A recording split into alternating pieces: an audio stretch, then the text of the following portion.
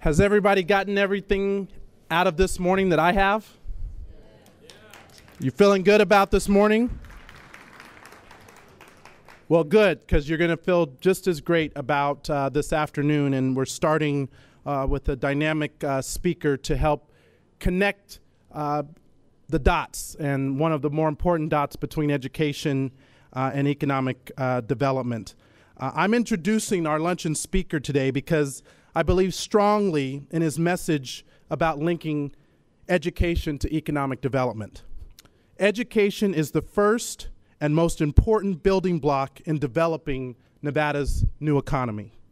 We can seek to attract companies to diversify our economy, but if we cannot show them a trained workforce to fill their jobs, they will look elsewhere. So the education system that provides this skilled workforce must be solid from kindergarten through college. That means investing in early childhood education so that all of our children get a good start in school.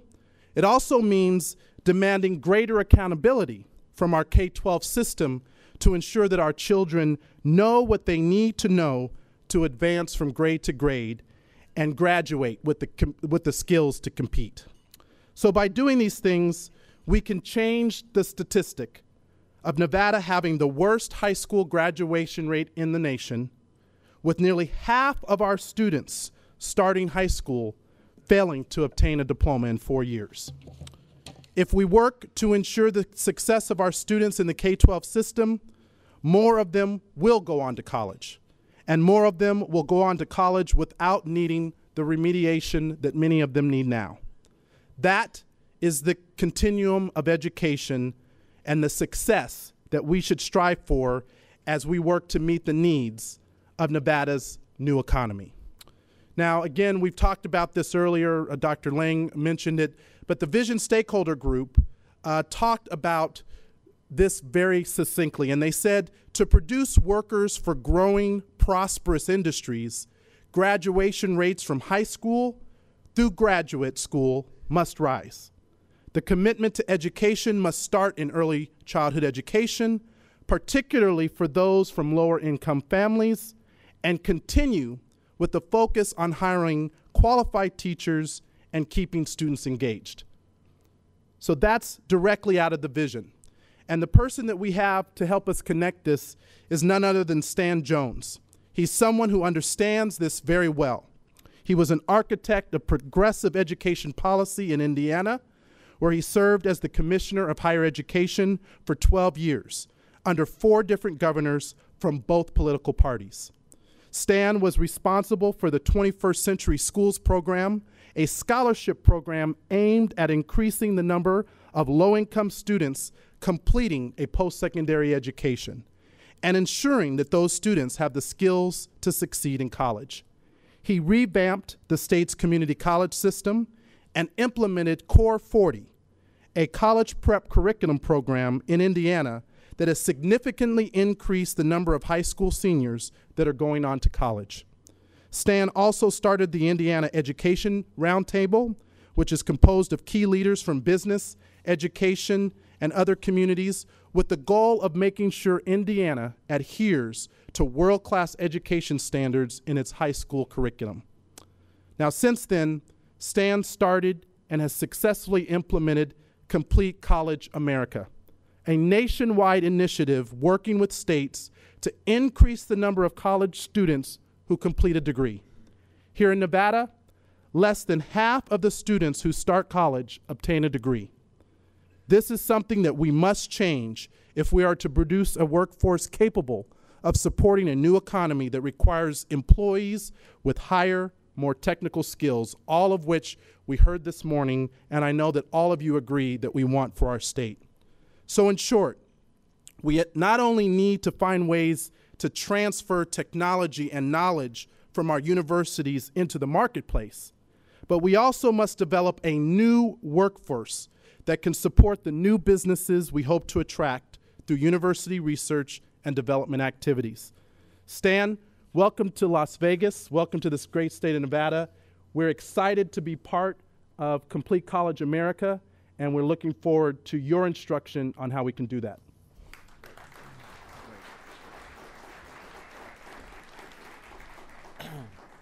Well, I think the senator just gave my speech, and he did a great job. I need to tell you, I've spent a lot of time in other states and working with legislators from other states and higher education officials from other states, and have had the opportunity to get to know some of your leadership across the board.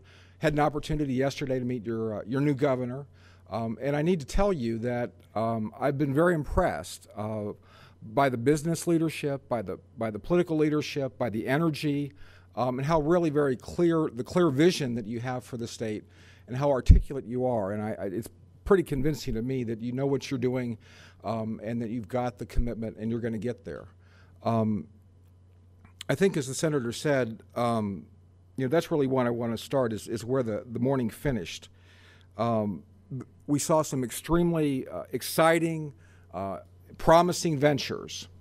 And I think the real question is, do these promising ventures lead to a significant number of jobs for this state?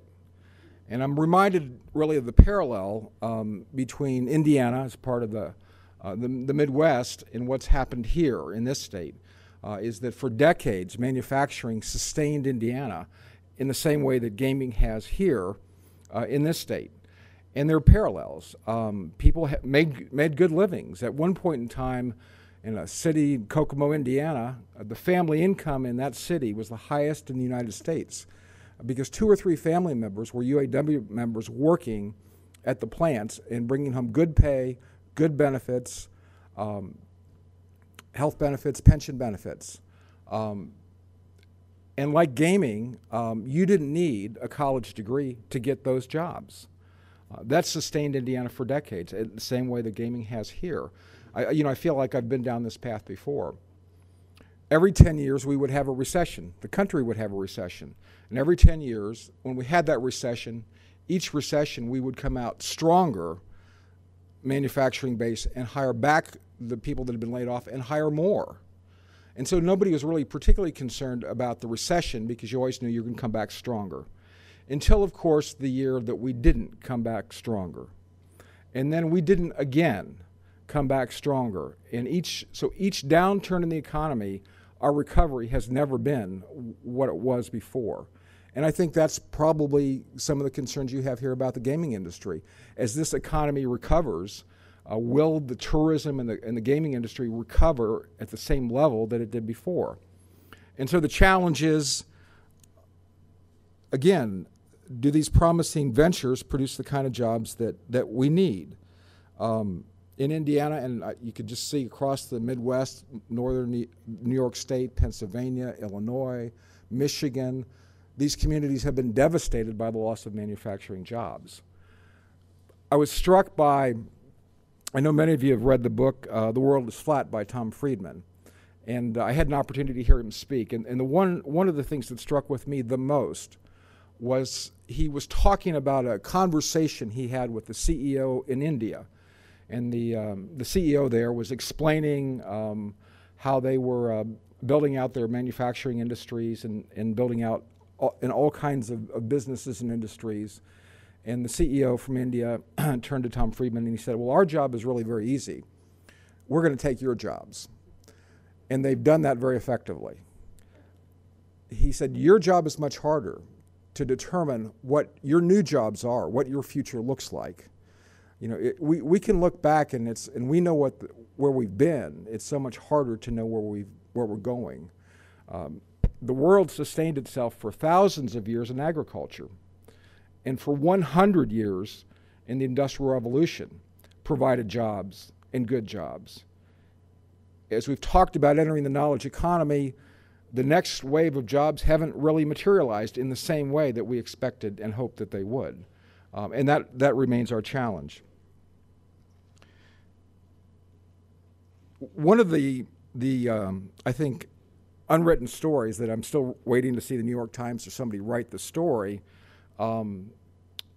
is in the middle of this recession where we don't have people buying automobiles, buying houses. People are buying one thing at record-breaking levels, and that's education. Each year since the recession started, we have set records across this country for students going to college. And in many cases, they've been double-digit increases in enrollment. Primarily, it's happening at the community colleges, but it's happening at all colleges. And so what is this saying to us? And many of these people that are coming back and going to college are actually people that can least afford to go, and least afford to pay the increasing tuition, and least afford to take on the debt. They're the new next generation of students. But they have decided with what little money they have and the time they are willing to take away from their family, that they're betting their economic future on college. And it's pretty clear across the country in almost every state in this union. It's true at the high school level. Today, across the country, about 60% of high school seniors go to college immediately after graduating from high school. 75% go within 2 years. 90% of high school students say that they eventually want to go to college. We did focus groups in Indiana, and we did a group that was under 30 and a group that was over 30. And the group that was over 30, to a person, those that had not gone to college felt they had made a serious mistake in their life. And they were determined that their children were going to go to college. I work, and I'm sure the legislators work with a lot of labor leaders, and almost every single one of those labor leaders have made sure that their children are going to be sent to college because they're not sure the jobs that they got from their fathers are going to be there for their sons and daughters. And so it's a changing world, and people have really bought into this new American dream that college is part of it. We've been so successful as a country with access. Really since the GI Bill, my father went to college on the GI Bill, many fathers did. That dramatically changed college in this country. Before then, it was an elite proposition. Very few people went to college. Less than 8% of the adult population had college degrees. The GI Bill started to change that, and the rise in college and the rise in our middle class has been parallel for the last 60 years. So much so that if you look at the freshman class across this country, it is more representative of this country than it's ever been. There are more blacks, there are more Hispanics, there are more low-income students than there have ever been.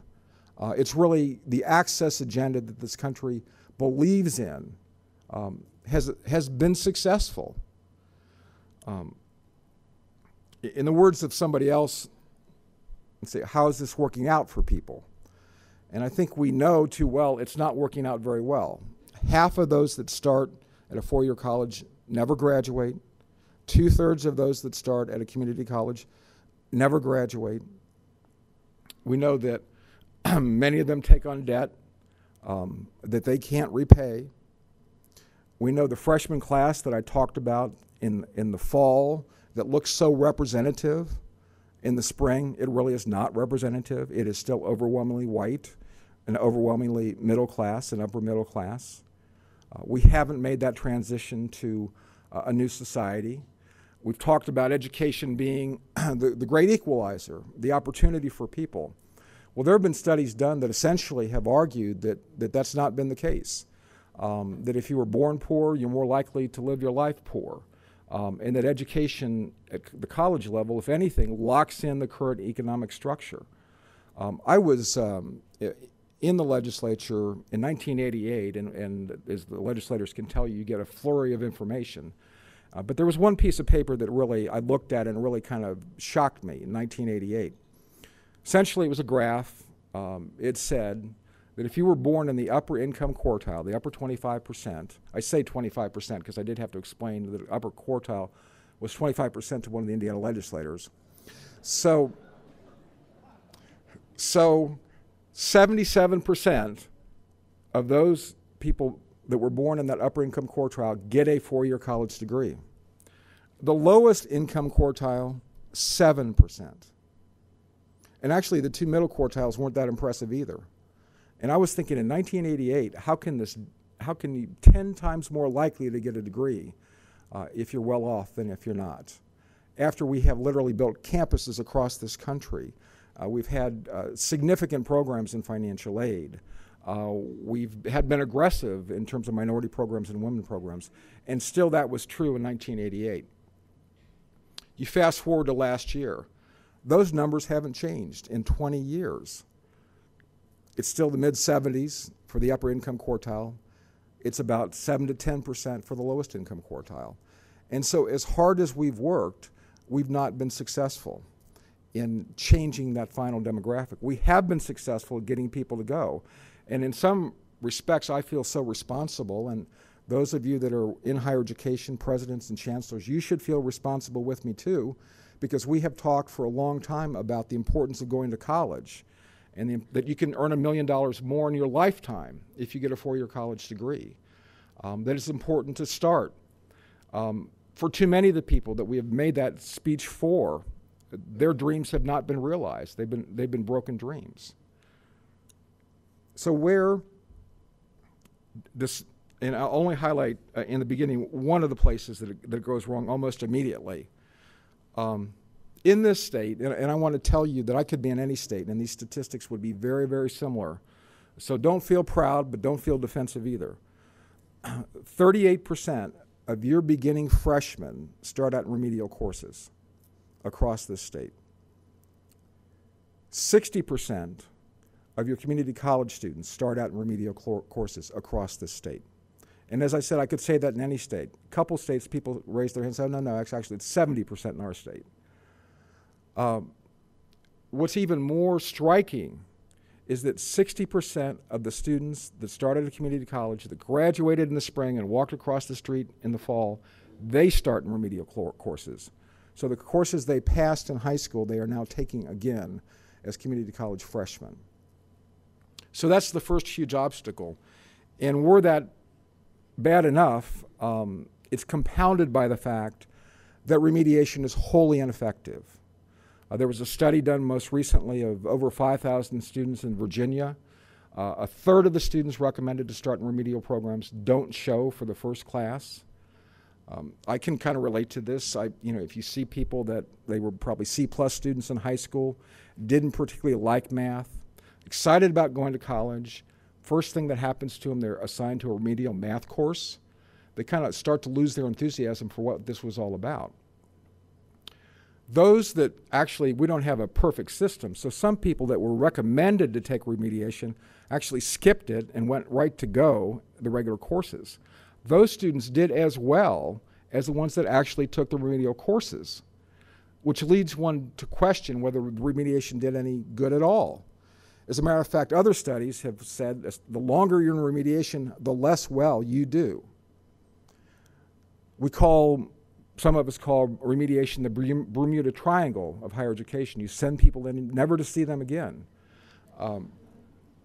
We have, in many cases at community colleges, we have 3 levels of math.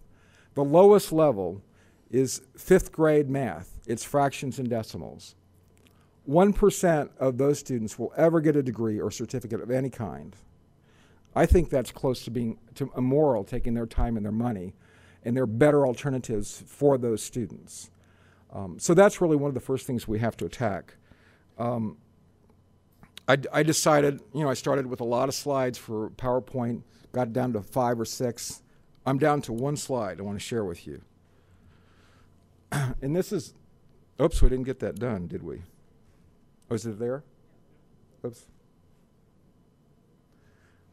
This is what we call the pipeline. And again, I could be in any state and this would look pretty similar. But this really tells a lot of the story, and especially tells what the senator was talking about this starts well before college, and it really does start in preschool.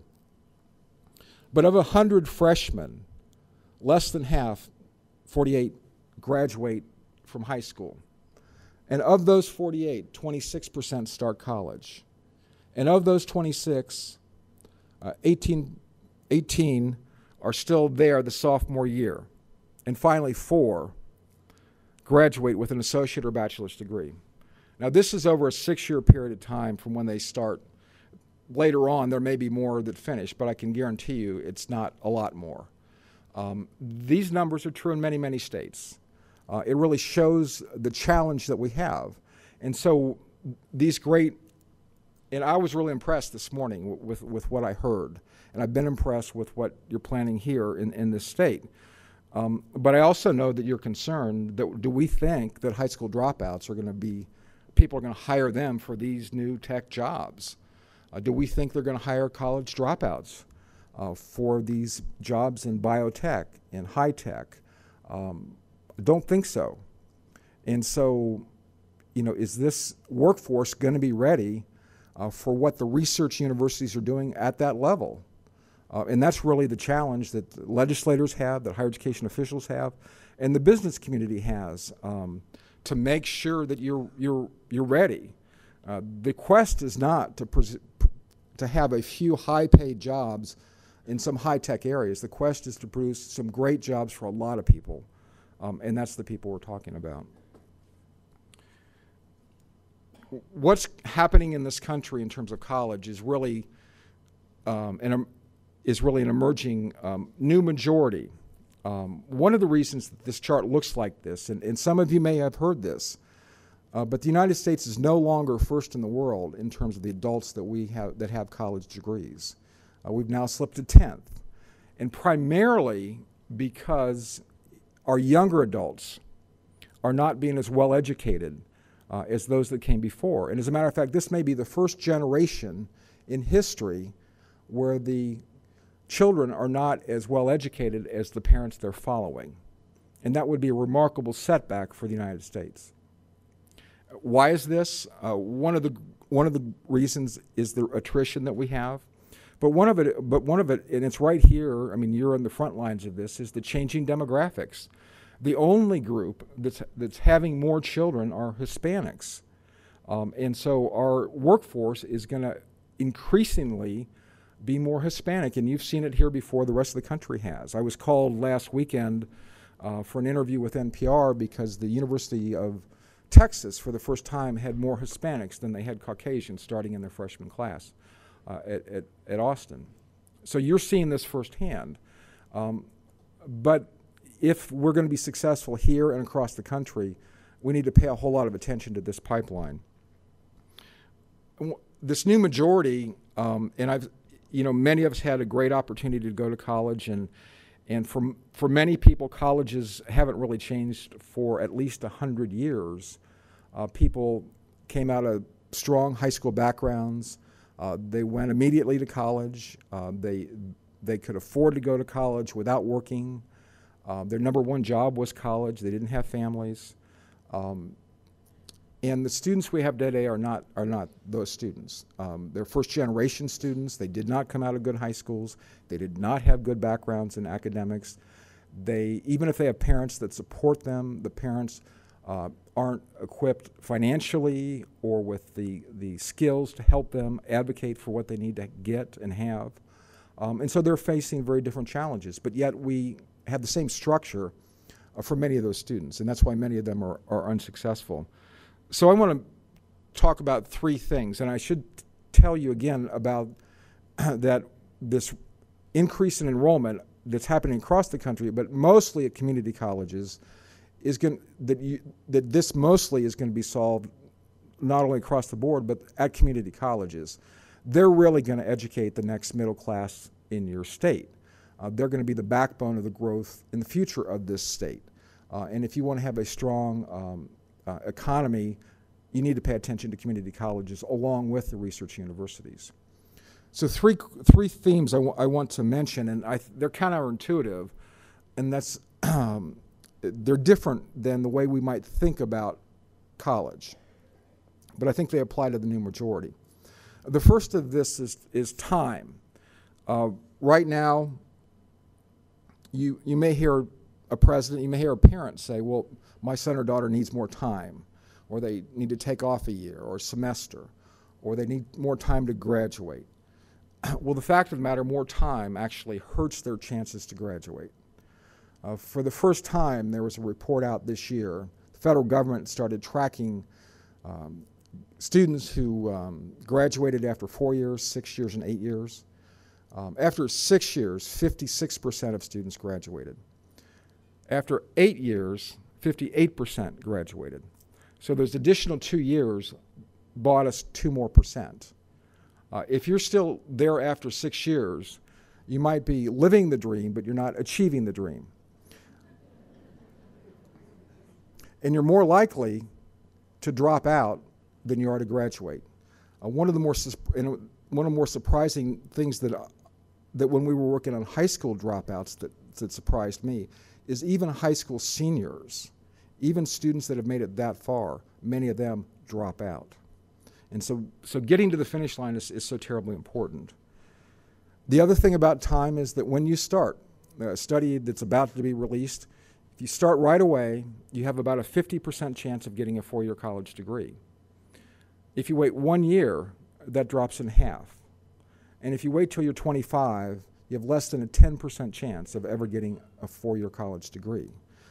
So in some families, taking the year off and touring Europe may work, but in most families, it doesn't work. You need to start right away. Also, stopping out generally means you're going to drop out. Students that don't go continuously don't finish. And then the third aspect of time is intensity. Students that go full-time graduate 4 or 5 times higher rates than students that go part-time. Part-time graduation rates at any college, anywhere in this country, hover around 10%. And so the extent students can have a more timely way to graduate, it's just so very important. And so we're working with your state and others on more timely ways to get students to complete college. Last statistic on time is that, and this surprised me when I saw this, but it's turned up in our data state after state. It takes 4 years to get a 2-year degree, 3 years to get a 1-year certificate. And what happens, and many of these are community colleges, what happens, these are adult students who are married or divorced, and their life changes. They have children, they move, they change jobs, we say life gets in the way, all of which contributes to them not continuing. And so more timely graduation, more acceleration is important to solving that problem. The second point is actually very, very American, is choice. As Americans, we love choice. We like to go to the grocery stores and choose lots of different kinds of food. We love to choose different kinds of cars. Choice is just about as American as there can be. Having lots of choices for college students is not good. And there have been studies that have been done on choice, inside academics, outside. The one I like the best, because I can remember it, is there, and this is a book that's recently out about choice, but the study's older. It's about jam. At a farmer's market, there were 2 tables set up. One had a table with 6 jars of jam, another with 24 jars. At the table, many people stopped more at the table with 24 jars, but 10 times as many people bought jam at the table with 6 jars because they could figure that out. Some of you may have 401ks after the recession, I hope. Those of you that, I can pretty well get figured out if it's cash or a stock index or a bond index, but if they say, here's an array of 20 mutual funds, pick, I say, I don't know how to do this. Well, that's kind of what we do to college students.